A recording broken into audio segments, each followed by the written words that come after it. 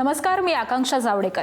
सरत्या आठवड्यात महाराष्ट्राच्या दृष्टीने कोणते महत्त्वपूर्ण निर्णय घेण्यात आले, कोणते महत्त्वाचे कार्यक्रम पार पडले आणि कोणत्या बातम्यांनी वेधलं राज्याचं लक्ष, हे सगळं जाणून घेणार आहोत महासप्ताह या आमच्या महाराष्ट्र विशेष बुलेटिनमधून।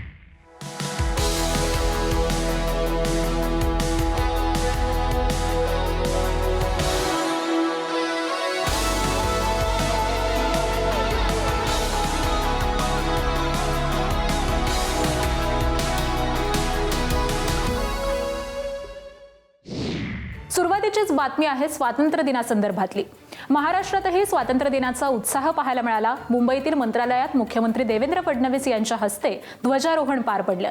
यावेळी महाराष्ट्र कायमस्वरूपी दुष्काळ मुक्त करण्याचा संकल्प असल्याचं मुख्यमंत्र्यांनी सांगितलं। तर ठाण्यात उपमुख्यमंत्री एकनाथ शिंदे आणि बीडमध्ये उपमुख्यमंत्री सुनेत्रा पवारांच्या हस्ते ध्वजारोहण पार पडलं। महाराष्ट्राच्या मागच्या पिढीने आणि या पिढीने मोठ्या प्रमाणात दुष्काळ बघितला, पण महाराष्ट्राची येणारी पिढी दुष्काळ पाहणार नाही। मराठवाडा असेल, विदर्भ असेल, उत्तर महाराष्ट्र असेल, पश्चिम महाराष्ट्रातले काही तालुके असतील, या ठिकाणी नदीजोड प्रकल्पाच्या माध्यमातून पुढच्या काळामध्ये पाणी आणून महाराष्ट्राला कायम दुष्काळमुक्त करण्याचा आपला प्रयत्न आहे। प्रधानमंत्री नरेंद्र मोदीजी यांच्या मार्गदर्शनाखाली राज्यातील अर्थव्यवस्था $1 ट्रिलियनच्या ध्येयाकडे वेगाने निघाल्याचं चित्र आज दिसतंय। पण मी आपल्याला सांगताना मला समाधान आहे की महाराष्ट्राचं योगदान $1 ट्रिलियन पेक्षा आपलं नीती आयोगाने त्यांचा जो काही सर्वे केला त्याच्यामध्ये $1.5 ट्रिलियन हे महाराष्ट्राचं आपलं जे योगदान आहे ते मोठा आहे। बीड पुणे रेल्वे प्रकल्प हा जिल्ह्याच्या विकासासाठी अत्यंत महत्त्वाचा आहे। येणाऱ्या मराठवाडा मुक्ती संग्राम दिनापर्यंत रेल्वे पुण्यातल्या हडपसरपर्यंत नेण्याच्या दृष्टीनं आमचे प्रयत्न जोराने सुरू आहेत।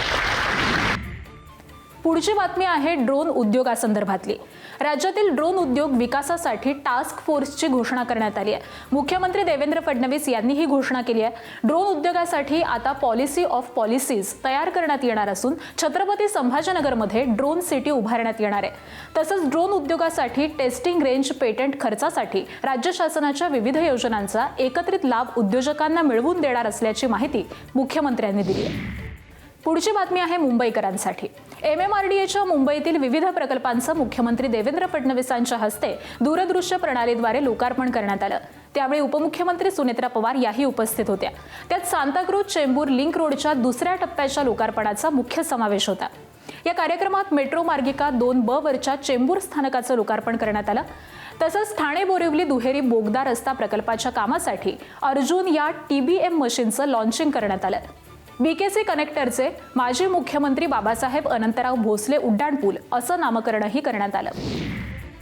राज्यातील नागरिकांना विविध शासकीय योजनांचा लाभ अधिक सुलभतेने मिळावा यासाठी महत्त्वाचं पाऊल उचलण्यात आलंय। मुख्यमंत्री देवेंद्र फडणवीस यांच्या हस्ते महाडीबीटी 2.0 अंतर्गत 29 नवीन योजनांचा शुभारंभ करण्यात आला। या 29 नवीन योजनांच्या समावेशानंतर महाडीबीटी पोर्टलवरील उपलब्ध योजनांची संख्या आता 105 वरती पोहोचली आहे। तर आणखी 231 योजनांचं काम प्रक्रियेमध्ये असल्याची माहिती मुख्यमंत्री देवेंद्र फडणवीसांनी दिली आहे। महाडीबीटी व्यवस्था सुरू झाल्यापासून सरकारी योजनांच्या अंमलबजावणीत पारदर्शकता आणि उत्तरदायित्व वाढलंय। तसंच योजनांचा गैरवापर देखील लक्षणीयरित्या कमी झाल्याचा दावा मुख्यमंत्र्यांनी केलाय। स्वातंत्र्य दिनाच्या निमित्तानं राज्यातील 124 आरोग्य संस्थांचं उद्घाटन करण्यात आलं। ठाणे जिल्ह्यातील बदलापूर उपजिल्हा रुग्णालय आणि खर्डी ग्रामीण रुग्णालयाचं लोकार्पण उपमुख्यमंत्री एकनाथ शिंदे यांच्या हस्ते दूरदृश्य प्रणालीद्वारे करण्यात आलं। यावेळी माझं गाव आरोग्य संपन्न गाव ही संकल्पना राज्यातील प्रत्येक गावामध्ये रुजवण्याचा निर्धार व्यक्त करण्यात आलाय। तसंच राज्यात एकही माता मृत्यू होऊ नये हे आरोग्य व्यवस्थेसमोरचं महत्त्वाचं उद्दिष्ट असलं पाहिजे असं उपमुख्यमंत्री एकनाथ शिंदेंनी सांगितलं। आता बातमी आहे बीडमधून। बीडमध्ये पशुवैद्यकीय आणि पशुविज्ञान महाविद्यालयाच्या कोनशिला समारंभासोबतच भूमिपूजन सोहळा पार पडला। उपमुख्यमंत्री आणि बीडच्या पालकमंत्री सुनेत्रा पवारांच्या हस्ते हा सोहळा पार पडला।